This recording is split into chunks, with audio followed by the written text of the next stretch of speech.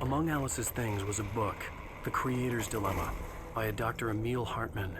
Seeing the book brought back my fight with Alice.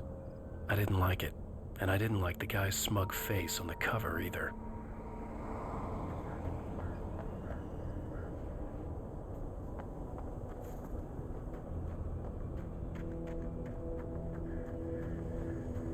The gas station was my best bet. They'd have a phone I could use. It looked like a long hike through the forest to get there.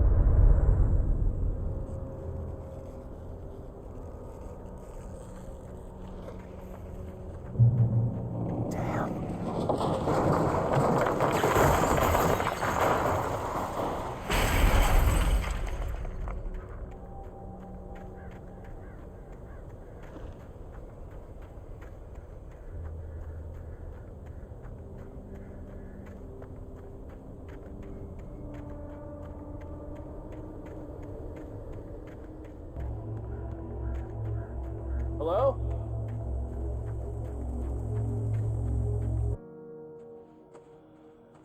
Hello? Is someone there?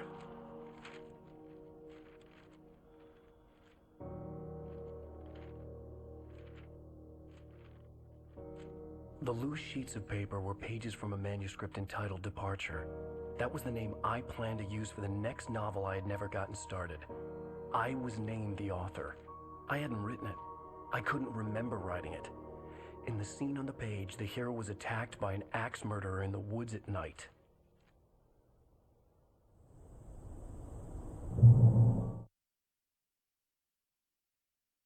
The man turned to face me. His face was covered in shadows. It was hard to make him out in the darkness of the forest that surrounded us, but the axe he lifted was plain to see. It glistened with the blood of his victim. He grinned madly. The shadows were alive, distorting his features. It was a scene from a nightmare, but I was awake.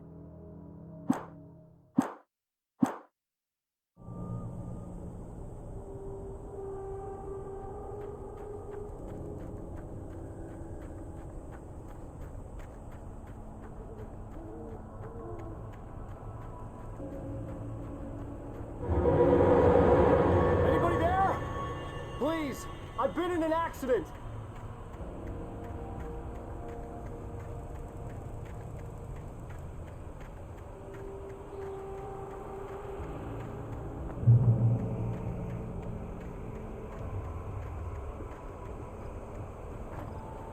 The lights up ahead were a good sign. Maybe I wouldn't have to hike all the way down to the gas station to find a phone.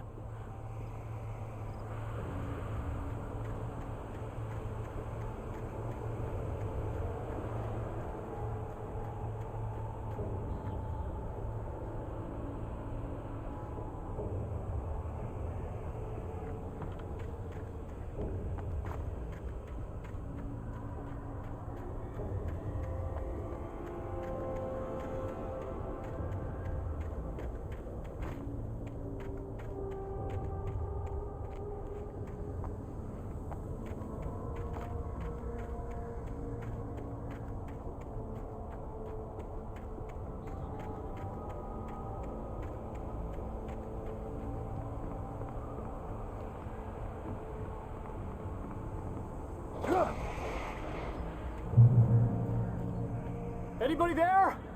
Please, I've been in an accident. Hey! Hey, you! Phil! There's been an accident. I need help. Listen, I need to... Premium cabins for rent in Nightfall. Oh, hell. Carl Stuckey. Pleased to meet you. Non-refundable reservation deposit required. Fair and square. Fair and square.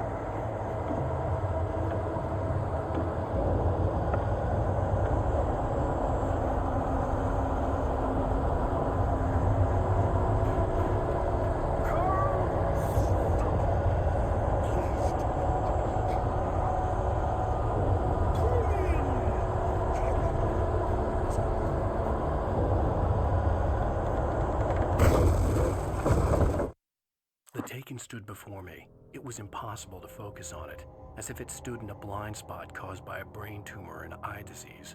It was bleeding shadows like ink underwater, like a cloud of blood from a shark bite. I was terrified. I squeezed the flashlight like my life depended on it, willing it to stop coming any closer. Suddenly something gave, and the light seemed to shine brighter.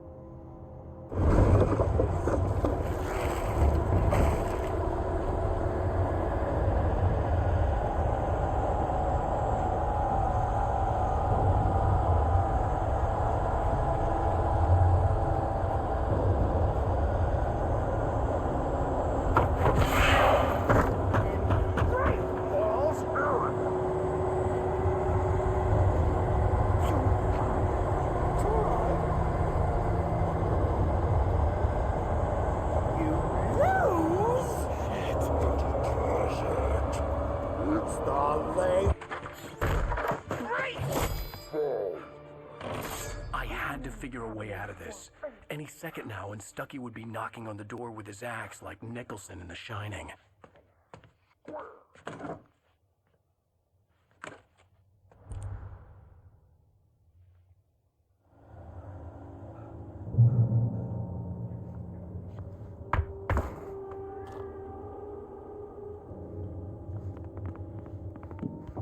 During your record, trying, it's the latest thing. Incontestably proven health benefits let you kill one stone. You can see the sight. Yes. And keep those cholesterol. Right Falls Sheriff Station. May I... Hello? Hello? George.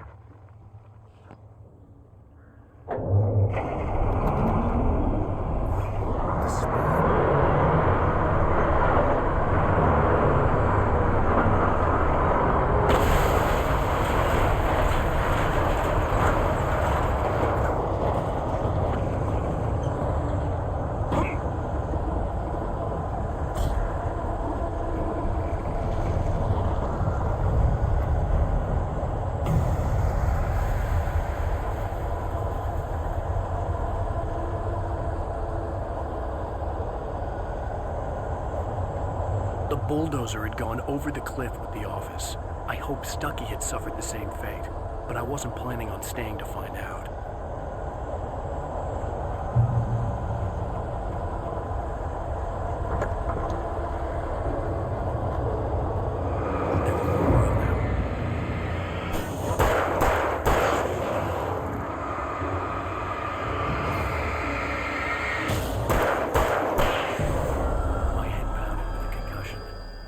Fired a gun outside a shooting range, and now I just killed someone, or something. There were no bodies.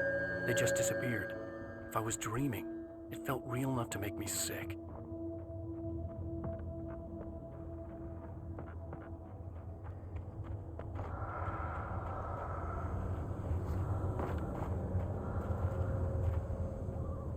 Eerie hand-painted graffiti was revealed by my flashlight. Someone had hidden a chest of supplies near it.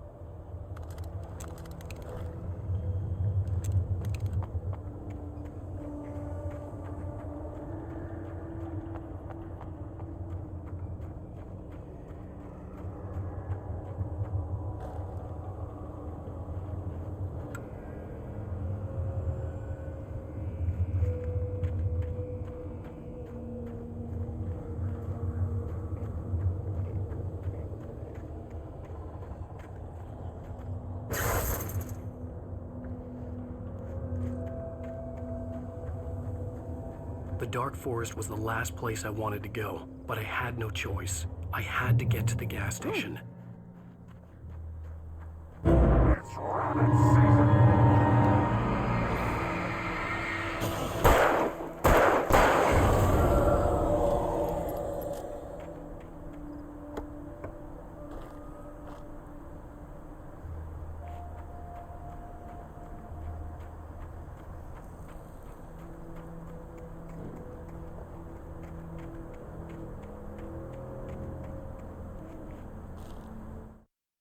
Rose knew she had been gushing, but right now she didn't care. As far as she was concerned, her brief meeting with Alan Wake was literally the high point of her life. She watched as he got in the car with his wife. She was pretty, confident, at ease with Wake. Not like Rose. They were perfect for each other. She'd have given anything to be called their friend.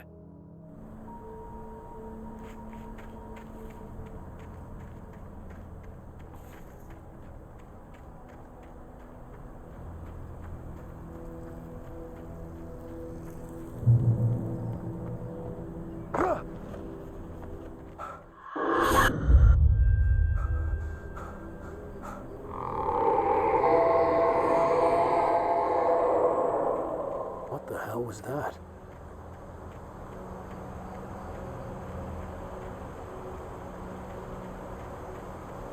When I saw the river below, something uncoiled itself inside my head. I realized that I'd have to find a way across.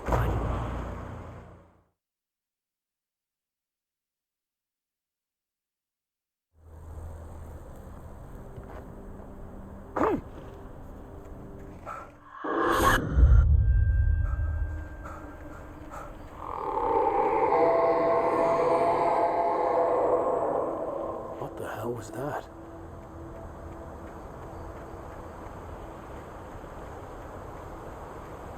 When I saw the river below, something uncoiled itself inside my head. I realized that I'd have to find a way across. I didn't even want to look at the water.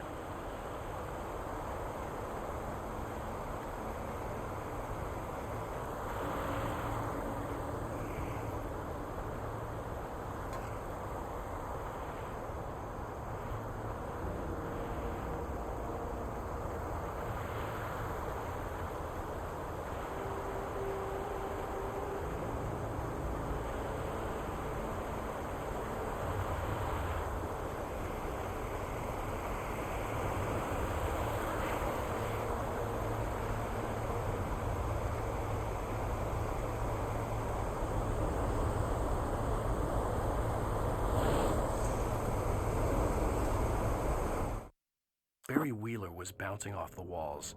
He jumped on a plane after his calls were ignored by both Al and Alice for several days. It could mean that they were both on a second honeymoon, but Barry didn't buy it. Al had been way too unstable for that, not sleeping, messed up. Barry had years of experience dealing with Alan Wake, and he couldn't ignore it. Something was wrong.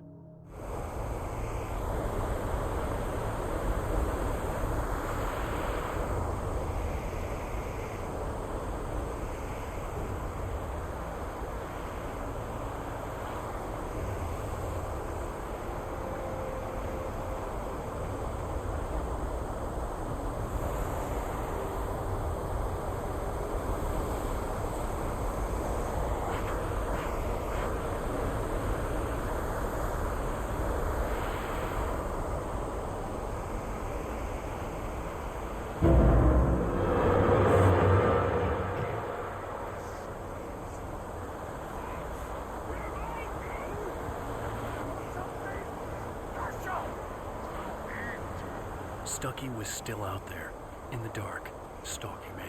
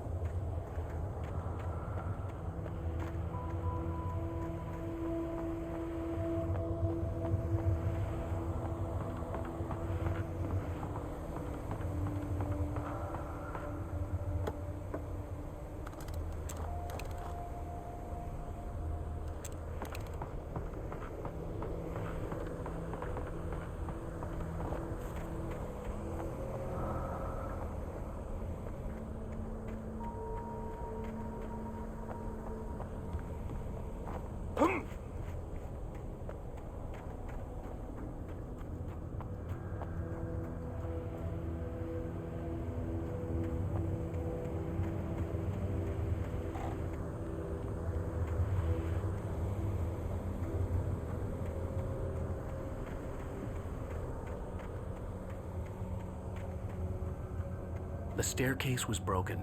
I had to make my way up some other way.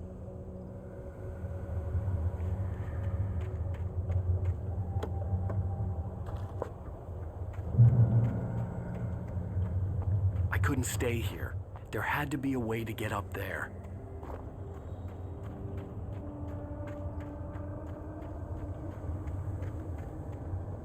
There was no power. There was bound to be a generator somewhere at the logging site.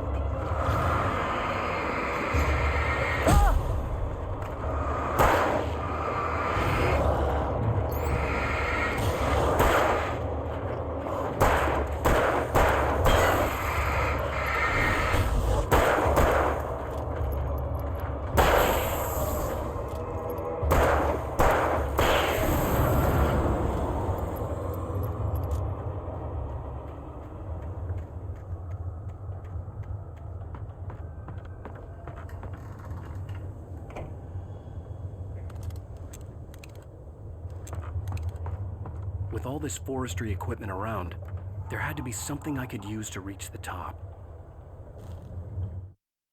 I heard them before I saw them, swooping down from the sky and screeching as they came.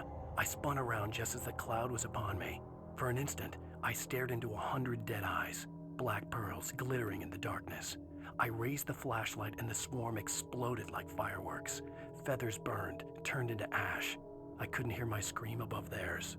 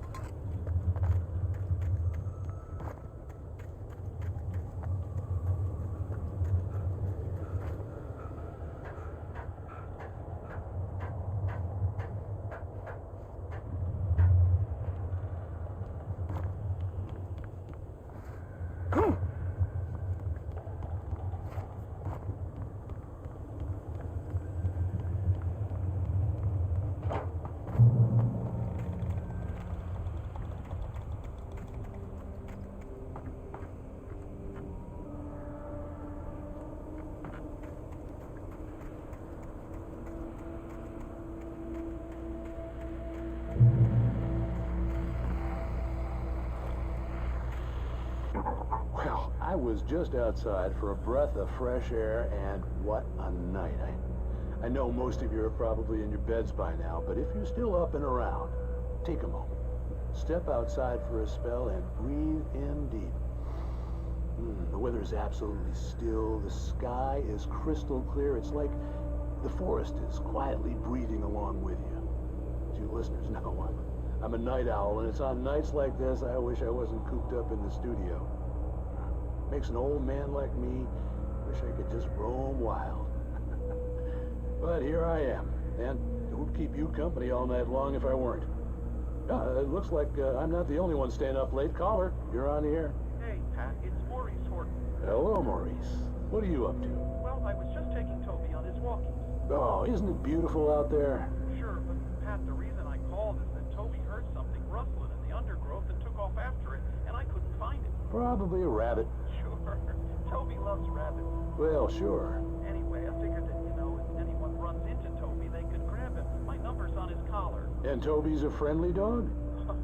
Toby loves people. Usually he comes back, but we were pretty far from home, and it sounds like he went pretty wild there. Great dog, but he's just too dumb for his own good. Well, Maurice, it's out there now. Hope Toby comes home soon. Yeah, thanks, Pat. You have a good night now.